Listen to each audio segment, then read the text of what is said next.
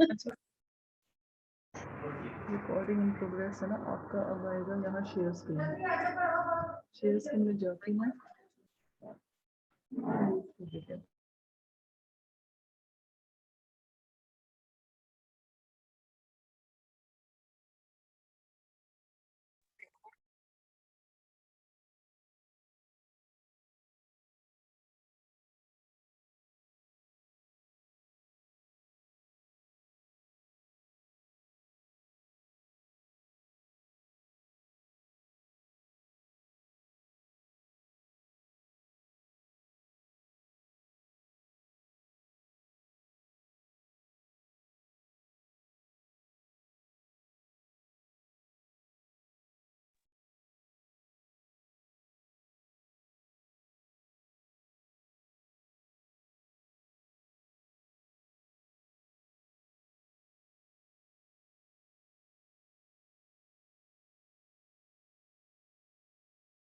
जो बोलोगे से स्टार्ट कर देना।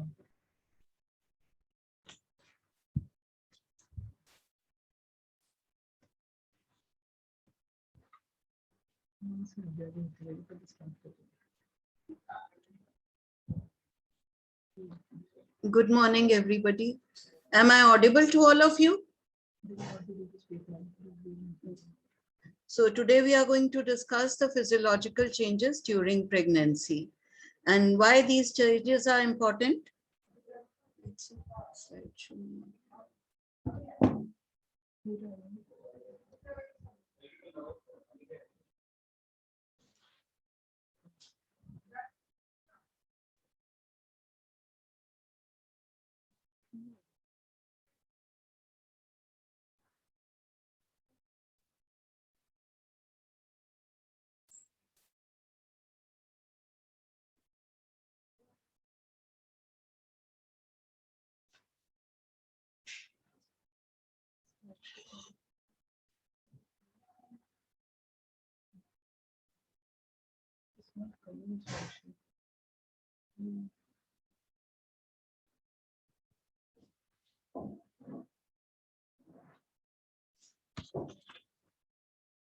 Okay, so we need to know why these changes are important during pregnancy.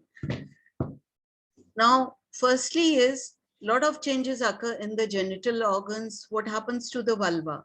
It becomes edematous, more vascular, superficial viscosities are there, that is in multipara, and labia minora becomes pigmented and hypertrophied.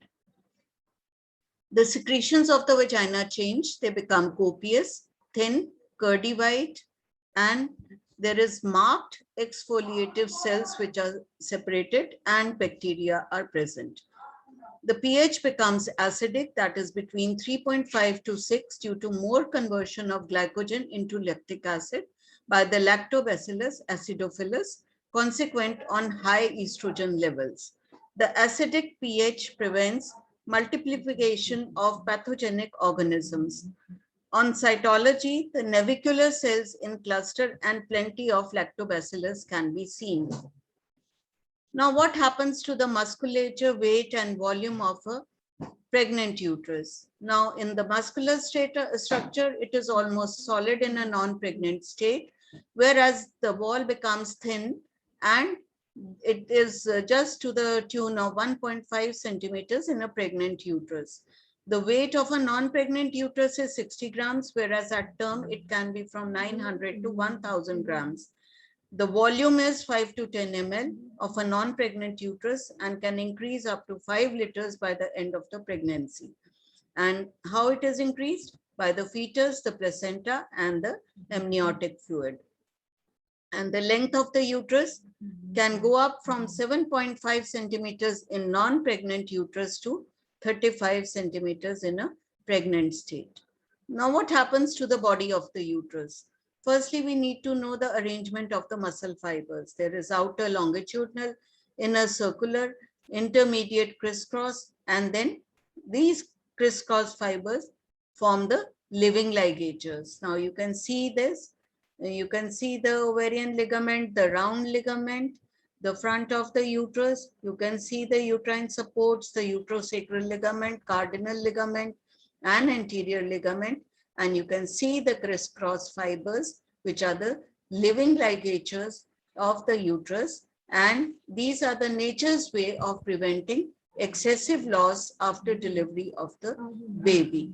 Otherwise, the woman would bleed to death if these ligatures were not there. So again, this is a diagram which is so very important, that the blood vessels are intertwined by the myometrial muscle fibers. And there you can see the single fiber and the blood vessels in between to explain how these living ligatures work. That is, with the uterine contraction, they are pinched. Now this is another diagram showing the same. Now the position of the uterus. The normal position, you can see it is upright, it can become anteverted, it can become retroverted and retroflexed. And how does the uterus grow? You can see the umbilicus as the center point and the symphysis pubis down below and the xiphisternum up. And then you can see how the uterus grows at different periods of gestation, which we'll be taking up in another lecture when we talk about the diagnosis of pregnancy. Now, what happens to the vascular system? The blood supply comes from the uterine and the ovarian arteries. There is marked spiralic of the arteries, which is maximum to at 20 weeks. After that, they straighten out. There is vasodilatation due to estradiol and progesterone, and these vascular changes are more pronounced at the placental side. The uterine enlargement is not symmetrical. That is, the fundus enlarges more than the body of the uterus. And you know that the fundus is the part above the attachment of the fallopian tubes of the uterus. Now, in addition, there are changes in the musculature. There is hypertrophy and hyperplasia up to 12 weeks. Stretching of the fibers occurs till 20 weeks. Then wall becomes thin.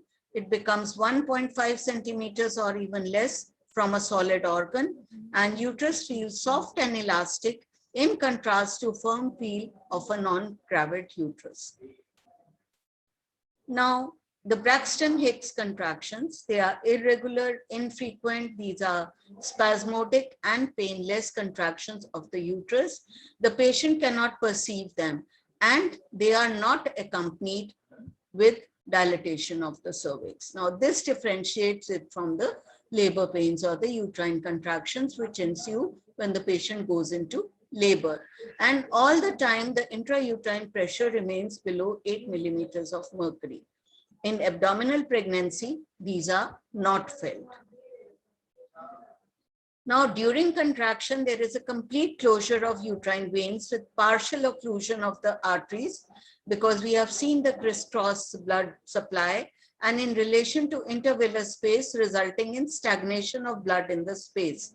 Now, this diminishes the placental perfusion, causing transient fetal hypoxia, which leads to fetal bradycardia coinciding with the contraction. So whenever we hear the fetal heart, it is only after the passing away of the contraction that you should hear the fetal heart. Otherwise, you will always hear the less fetal heart and you call it fetal bradycardia, and you will say that there is fetal distress. But we all know that because of the diminished placental perfusion during the contraction, fetal bradycardia tends to occur. But the good thing is that these crisscross fibers prevent the PPH in a pregnant or a laboring patient.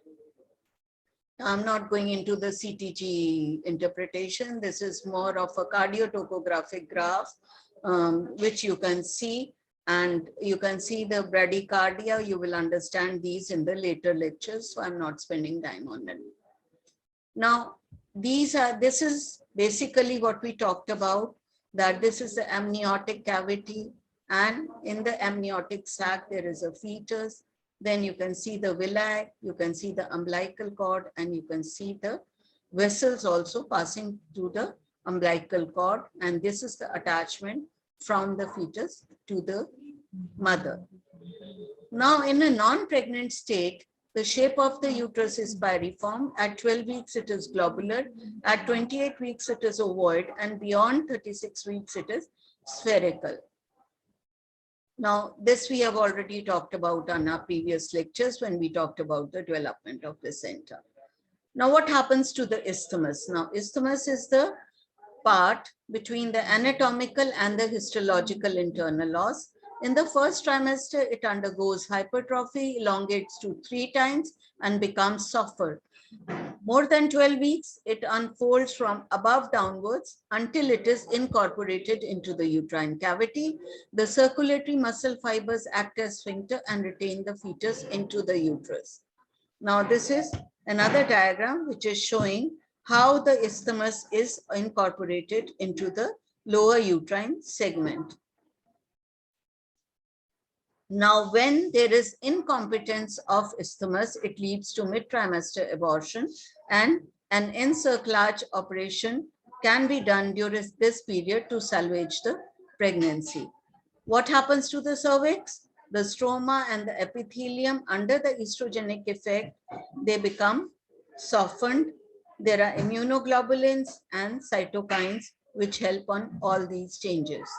Now, this is a cervical change. You can see the internal os above and you can see the external os. There is hypertrophy of the endocervix. A mucus plug is formed, which is detached at the time of onset of labor in the form of show. And you can see that the vascularity of the cervix is also increased, leading to the softening of the cervix and the bluish discoloration of cervix during pregnancy. What happens to the fallopian tube? There is increasing length, becomes congested, hypertrophy of the muscle occurs, epithelium becomes flattened, and patches of decidual reaction occur. This is due to the progesterone effect, and during implantation, there is structural and secretory changes in the decidua. What happens to the ovary? There is increase in growth and function of corpus luteum, which produces progesterones to begin with before the placenta takes over the function, and it forms estrogen also. It is causing maintenance of decidua and causes ovarian and menstrual cycle suspension. So no more growth of ovarian follicles occurs, and the menstrual cycle suspension leads to amenorrhea. The ovaries become 2.5 centimeters long. They become cystic. The color changes from bright orange, become yellow, and finally pale. And the regression occurs following decline in the secretion of HCG from the placenta. That is at the end of the 3 months of pregnancy.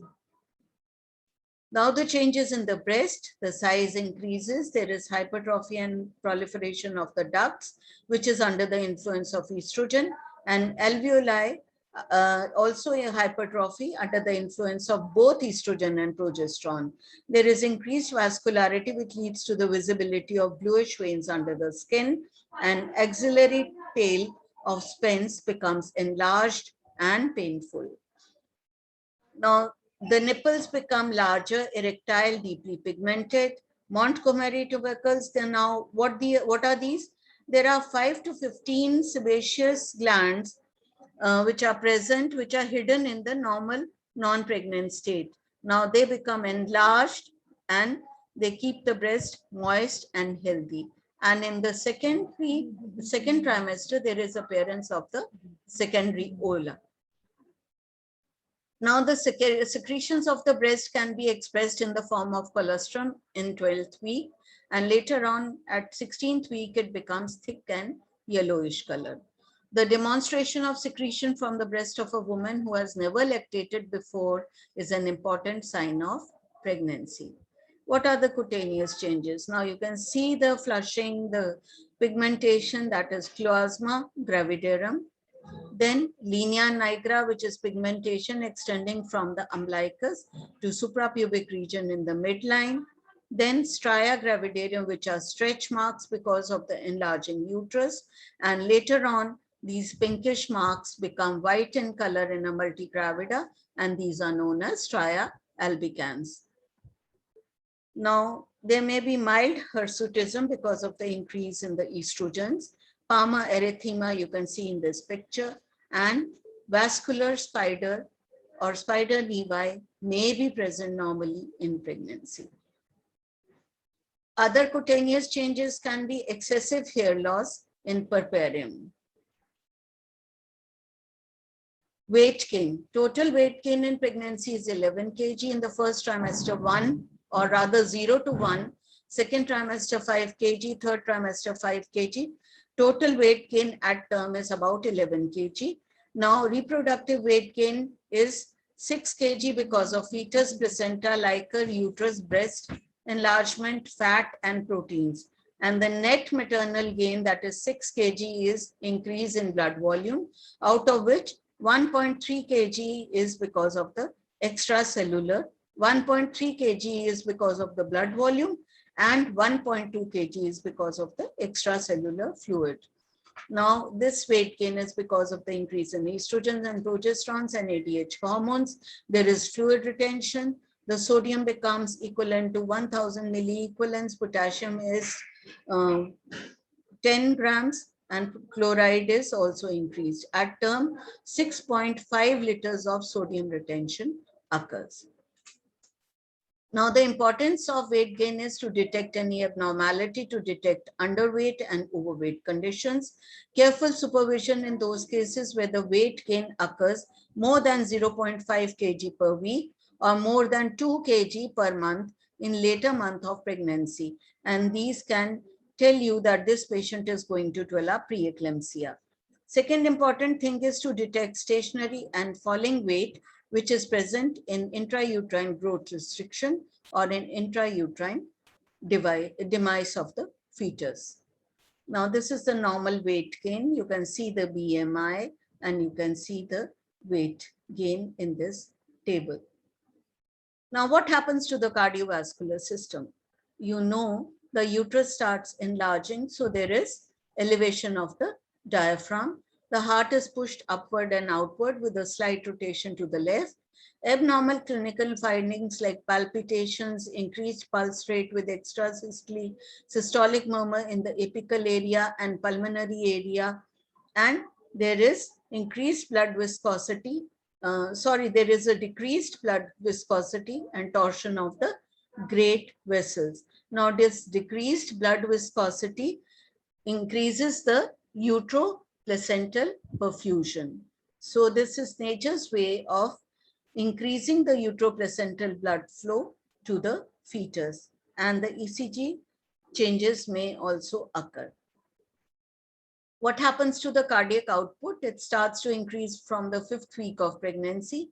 Peak is attained by 40 to 50% at about 30 to 34 weeks.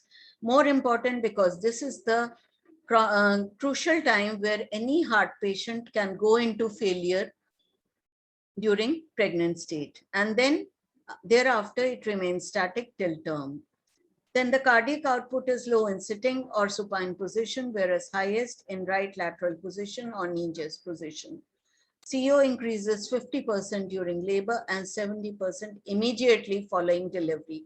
So those patients who are decompensated, be it heart disease or severe anemia, can go into failure because all this blood flow will go back into the general circulation. Now, cardiac output becomes normal 1 hour following delivery. It becomes equivalent to the pre-pregnant state at 4 weeks of puerperium.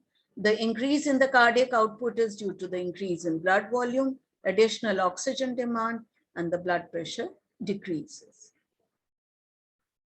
What happens to the venous pressure? Now, the antecubital venous pressure is unaffected. Femoral venous pressure increases in later months, that is 8 to 10 centimeters of water. Lying position is equivalent to 25 centimeters of water. In the standing position, 80 to 100 centimeters of water due to the pressure by gravity uterus on common iliac veins, and the physiological edema subsides on rest. So this is the difference between the pathological and the physiological edema. Now, stagnation of blood in venous system and distensibility of vein causes edema, varicose veins, piles become very common, and the pregnant patient is more susceptible to deep vein thrombosis because of the stagnation. Then There is a term known as supine hypotension syndrome. In late pregnancy, there is a compression effect on the inferior vena cava by the gravid uterus. In supine position, opening of the collateral circulation occurs.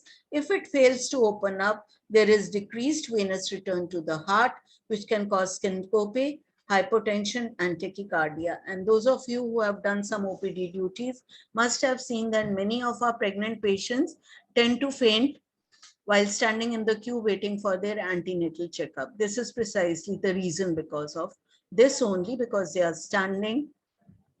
There is a compression effect on the inferior vena cava leading to syncope, hypotension, and tachycardia. Now on examination, the heart is displaced upward and to the left. Apex speed shifted upward and laterally. Fourth intercostal space is lateral to the mid-clavicular line. Now this is different from a non-pregnant state. On auscultation, there is splitting of the first heart sound and appearance of the physiological third heart sound. Functional murmurs in the form of ejection systolic or murmur occurs in the pulmonary area. So this is a pan-systolic murmur. It is continuous.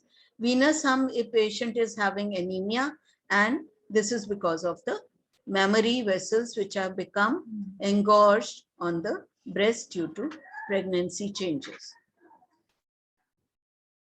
Now the stroke volume rate decreases due to the smooth muscle relaxation. This is caused by progesterone and nitric oxide. The blood pressure falls by 8 weeks.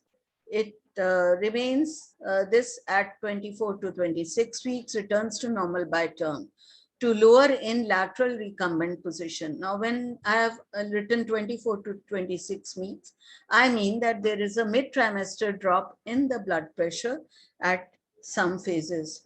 Right? Now the heart rate, it starts increasing by 5 weeks, peaks at 32 weeks and increases by 15 to 20 beats. Stroke volume starts increasing by 8 weeks, peaks by 20 weeks and increases by 20 to 30 weeks. Cardiac output, product of heart rate and stroke volume, this starts in increasing by 5 weeks, reaches a peak by 25 to 30 weeks and increases by 30 to 50%. On ECG, there is left axis deviation, non-specific STT changes. ST depression may be seen in some ECGs.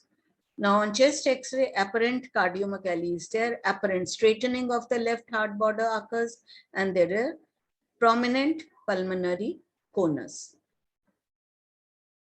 Effects of pain, there is increase in heart rate and stroke volume during labor, there is increase in the mean arterial pressure, and further increase in cardiac output. Immediate postpartum, 0 to 30 minutes, the heart rate comes down. There is further increase in the cardiac output and increase in the stroke volume. And within 1 hour of postpartum, there is fall in the cardiac output. Now, symptoms and signs of cardiac disease should be known because some of the normal changes may be simulating the disease part.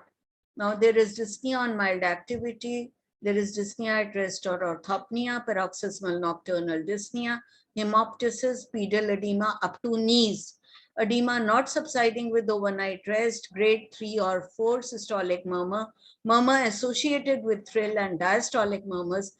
All these should make you conscious about the fact that the patient may be having underlying cardiac disease. These are not normal changes in pregnancy. Now, some symptoms and signs mimic cardiac disease. These are breathlessness, palpitation, lightheadedness, and syncope, easy fatigability, pedal edema, and increase in the pulse volume. Now, after this lecture, we are giving you multiple choice questions on the Google form, and you have to solve these till 8 o'clock today, right? And post them on your Google forms, and then only you will get your attendance.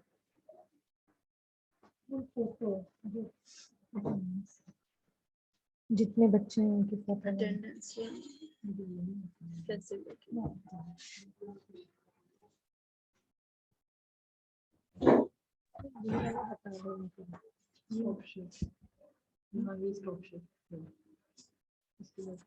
यहाँ पे जितने बच्चे थे ना, इनकी अगर screen पे आ जाते तो ऐसे आ जाएगा पर इसमें ये नहीं है ये इसमें जरूर जल्दी वो कर दूं ये देख अब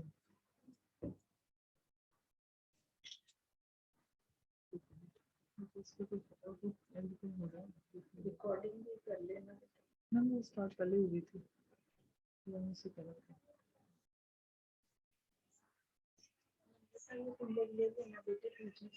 हाँ जी हाँ जी अब इसे कन्वर्ट करना यूट्यूब चैनल में डालना है इसको यूट्यूब पे कैसे डालें